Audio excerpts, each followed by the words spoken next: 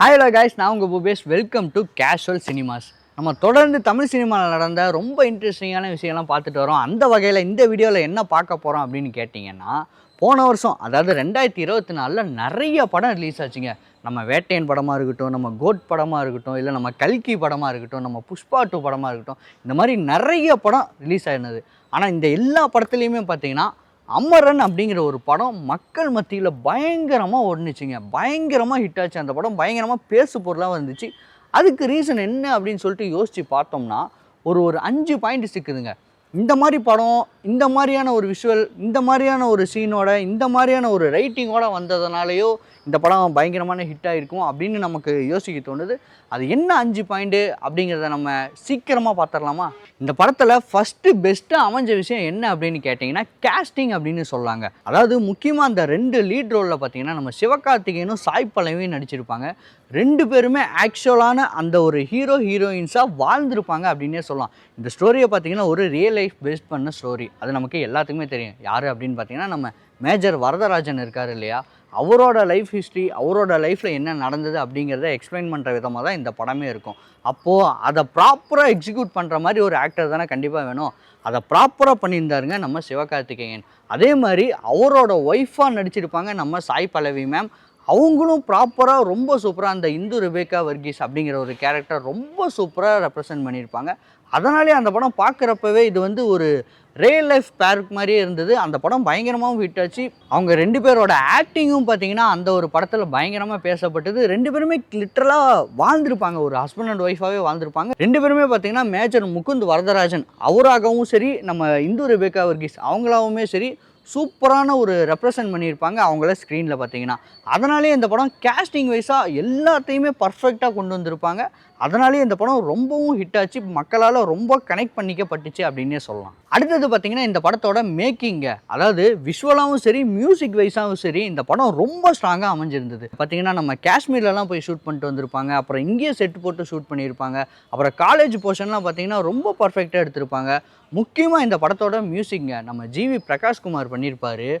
Military வைஸாக அந்த ஒரு பேக்ரவுண்ட் மியூசிக்கும் சரி, லவ் வைஸாகவும் சரி ரொம்ப பர்ஃபெக்டாக இந்த படத்துக்கு அவர் பிஜிஎம் போட்டு கொடுத்துருப்பார். சாங்ஸ் எல்லாமே கேட்டிங்கன்னா இப்போவும் அந்த பாட்டு பார்த்திங்கன்னா ரொம்ப ஒரு சூப்பராக, ரொம்ப ஒரு மெலோடிக்காக, ரொம்ப சூப்பராக இருக்கும். அதெல்லாம் பார்த்திங்கன்னா நம்ம ஹீரோயின்ஸ் எல்லாருமே நிறைய பேர் அவங்களே கூட இந்த பாட்டெல்லாம் வந்து ரிங்டோனாக வச்சுக்கிட்டு இருந்தாங்க. அந்தளவுக்கு அந்த பாட்டெலாம் பார்த்திங்கன்னா இந்த மின்னலே அப்படிங்கிற பாட்டெலாம் பயங்கரமாக ட்ரெண்ட் ஆச்சு, பயங்கரமாக ஹிட் ஆச்சு. ரீல்ஸ்லாம் எல்லாருமே பண்ணிட்டு சுற்றிட்டு இருந்தாங்க. இந்த கப்புள்ஸ் ரீல்ஸ்லாம் பண்ணிட்டு சுற்றிட்டு இருந்தாங்க. அந்தளவுக்கு அந்த பாட்டு பார்த்திங்கன்னா பயங்கரமாக ஹிட் ஆச்சு. ஸோ மேக்கிங் வைஸாகவும் இந்த படம் ரொம்ப ஸ்ட்ராங்காக இருந்தது. அதனாலே இந்த படம் மக்கள் மத்தியில் பயங்கரமாக பேசவும் பட்டுது.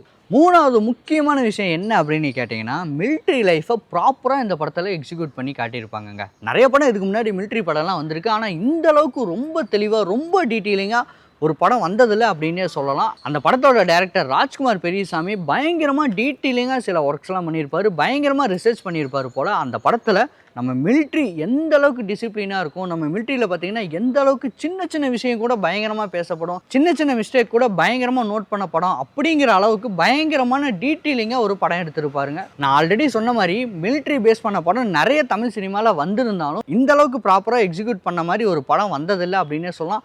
அதனாலேயே மக்களுக்கு வந்து மிலிட்ரியில் இந்த அளவுக்கு கஷ்டமாக, ஒரு மிலிட்ரியில் ஒருத்தங்க நம்ம வந்து பொண்ணை கொடுத்துட்டோம் அப்படின்னா இவ்வளோ சங்கடம் நடக்குமா, இவ்வளோ ப்ராப்ளம்ஸ் இருக்குமா அப்படிங்கிற மாதிரி பயங்கரமான டிஸ்கஷன்லாம் பேசப்பட்டது. அதனாலே இந்த படம் பயங்கரமாக மேக்கிங் வைஸாகவும் சரி, இந்த மிலிட்ரி டிசிப்ளின் எப்படி இருக்குங்கிறத காட்டின விதமாக இந்த படம் பயங்கரமாக ஸ்ட்ராங்காக நின்றுச்சுங்க. இதையும் கண்டிப்பாக முக்கியமான விஷயமாகவே நம்ம சொல்லி ஆகணும். ஏன்னா இந்த படத்தோட கோர் ஒரு சோல் அப்படின்னே சொல்லலாம் மிலிட்ரி அப்படிங்கிற விஷயம். அதை நீங்கள் வந்து ஒரு சும்மா எப்போ தப்பாக ஏதாவது ஒன்று காட்டலாம் அப்படிங்கிற மாதிரி உங்களால் காட்ட முடியாது. ஸோ அந்த விஷயத்தில் டேரக்டர் ரொம்ப தெளிவாக இந்த ஒரு விஷயத்தை காட்டியிருப்பார். மக்களுக்கும் அது வந்து புதுசாக இருந்தது, பயங்கரமாக பேசவும் பட்டது. அடுத்து 4வது பாயிண்ட் பார்த்தீங்கன்னா லவ் அப்படிங்கிற விஷயம். ரொம்ப சூப்பராக, ரொம்ப ரொமான்டிக்காக, ரொம்ப ஒரு ஆத்தன்டிக்காக, ரொம்ப ஒரு ஆர்கானிக்காக அந்த படத்தில் லவ் இருந்திருக்குங்க. ஒரு மிலிட்ரி மேனுக்கும் ஒரு சாதாரண ஒரு பொண்ணுக்கும் ஒரு லவ் அமைஞ்சால் எப்படி இருக்கும், அந்த பொண்ணு அந்த ஒரு மிலிட்ரி மேனுக்காக எவ்வளோ விஷயம் தியாகம் பண்ணுறாங்க, எவ்வளோ விஷயம் வீட்டில் வந்து சில ப்ராப்ளம்ஸ் ஆகுது, அதையும் மீறி இவர் எப்படி மேரேஜ் பண்ணுறாங்க, எப்படி 2 பேரும் ஒன்றா இருக்காங்க, எப்படி 2 பேரும் சப்போர்ட்டிவாக இருக்காங்க அப்படிங்கிற மாதிரி படத்தில் நிறைய விஷயம் ரொமான்டிக் வைஸாக பயங்கரமாக ஓகே ஆயிருக்குங்க. இந்த படத்துக்கு பார்த்தீங்கன்னா நிறைய ஃபேமிலி ஆடியன்ஸ் வந்தாங்க, நிறைய கப்புள்ஸ் வந்தாங்க, நிறைய லவ்வர்ஸ் வந்தாங்க. ஏன்னா எல்லாருக்கும் பிடிச்ச அந்த லவ்ங்கிற விஷயத்தை கையில் எடுத்துட்டு ரொம்ப ப்ராப்பராக ரொம்ப சூப்பராக ஒரு படம் பண்ணிட்டதால எல்லாருக்கும் அது கனெக்ட் பண்ணுற விஷயமா இருந்ததுங்க. அதனாலேயே இந்த படம் அந்த லவ் வைஸாகவும் சரி, அந்த ஒரு ரொமான்டிக் வைஸாகவும் சரி, முக்கியமாக அந்த ஹஸ்பண்ட் அண்ட் ஒய்ஃப்குள்ளே எப்படி இருக்கணும் அப்படிங்கிற விஷயத்த ப்ராப்பராக காட்டினதுனாலே இந்த படம் வந்து நின்றுச்சுங்க. கடைசி முக்கியமான பாயிண்ட் என்ன அப்படின்னு கேட்டிங்கன்னா, ஒரு நேஷ்னல் வைடான ஒரு கனெக்ஷனுங்க. அதாவது இந்த படமே பார்த்தீங்கன்னா ஒரு இந்தியன் ஆர்மி, ஒரு இந்தியன் சோல்ஜரை பற்றின ஒரு படங்க. அதனாலேயே பார்த்தீங்கன்னா இந்த படம் எல்லாராலையும் கனெக்ட் பண்ணிக்க முடிஞ்சுது. நம்ம சோல்ஜர்ஸ் இவ்வளோ கஷ்டப்படுறாங்களா, நம்ம ஊரில் இவ்வளோ கஷ்டப்பட்டுலாம் போயிட்டு மிலிட்ரி மேனாக இருக்காங்களா, நம்ம மேஜர் முகுந்த் வரதராஜன் அவர் வந்து நம்ம ஊருக்காரர் வேறையா, ஸோ அவரை பற்றி ஒரு படம் எடுக்கிறப்ப கண்டிப்பாக நம்ம மக்கள் சப்போர்ட் பண்ணாமல் வேறு யாரும் சப்போர்ட் பண்ணுவா. அந்த படம் அவ்வளோ பெரிய ஒரு சோல்ஃபுல் படமாக இருந்தது, அவ்வளோ பெரிய ஹிட்டும் ஆச்சுங்க.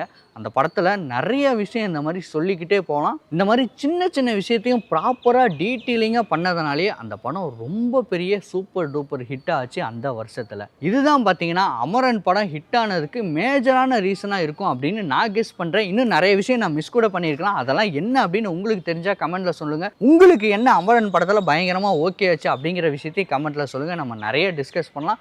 இன்னும் அடுத்து நிறைய புது புது தகவல் சினிமாவில் உங்களுக்கு தெரியாத விஷயம்லாம் நம்ம அடுத்தடுத்த வீடியோஸில் பார்க்கலாம். அதுக்கு இப்போவே நம்ம சேனலை சப்ஸ்கிரைப் பண்ணிக்கோங்க, ஃபாலோ பண்ணிக்கோங்க.